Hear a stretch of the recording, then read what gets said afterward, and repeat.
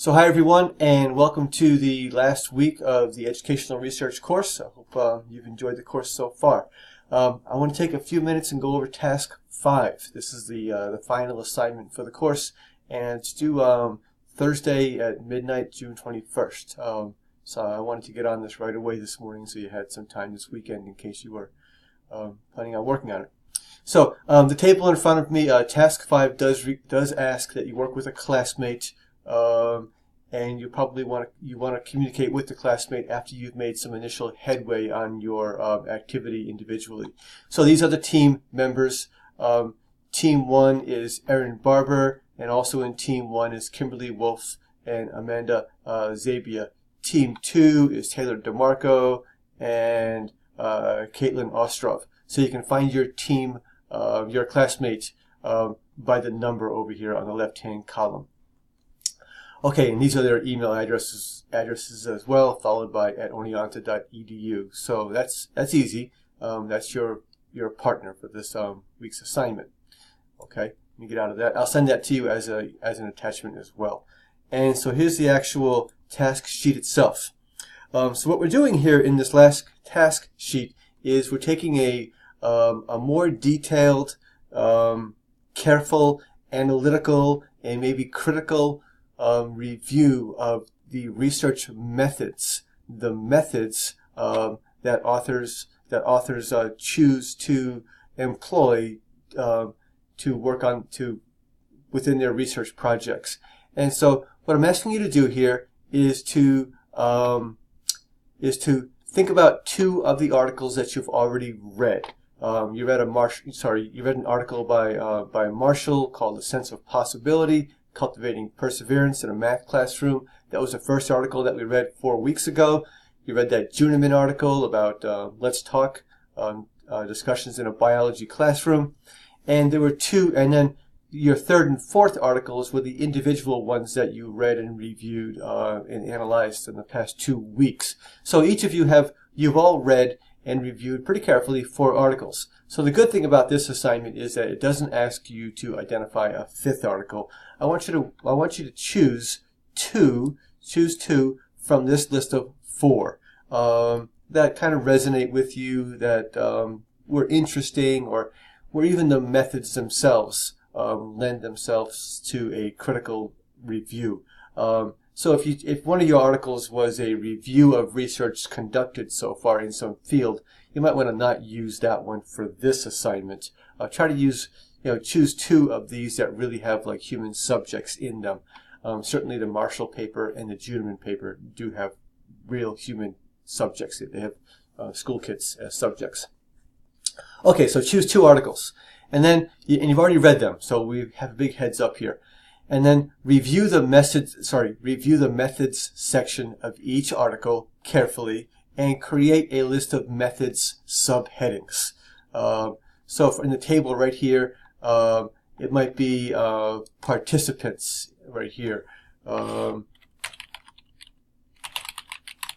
It might be,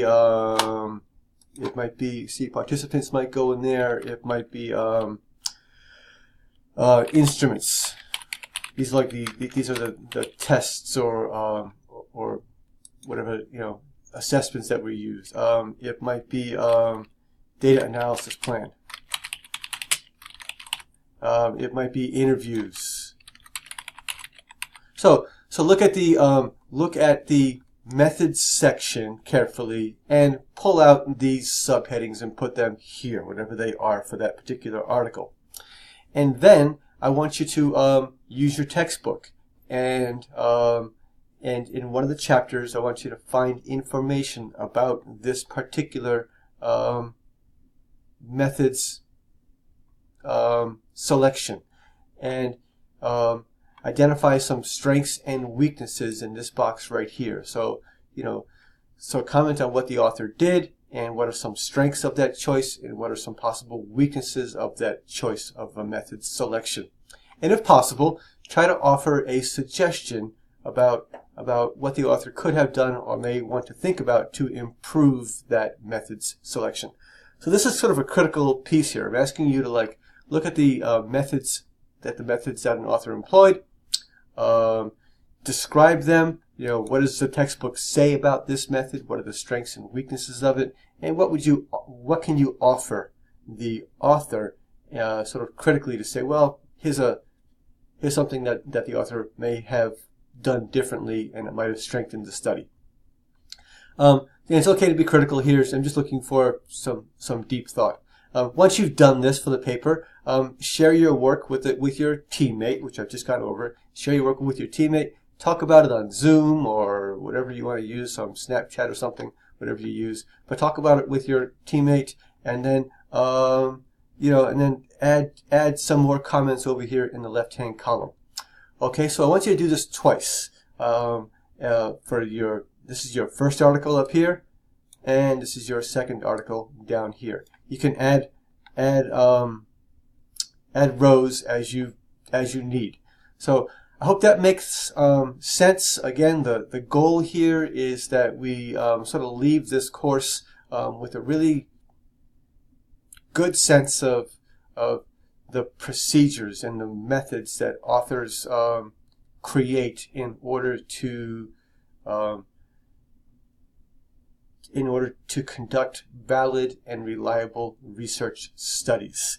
And I want you to get the sense that that authors have a limitation. They can only do so much with the population that they have, with the constraints of their classroom, and things like that. And that even though there's this ideal world of a perfect research study, that's hardly ever achieved. Authors, we work with what we have. So I want you to look at the methods, kind of a thing, and offer some comments about what the book says about them, and what, like in an ideal world, what could the author have changed to strengthen it, and then talk with your partner about that.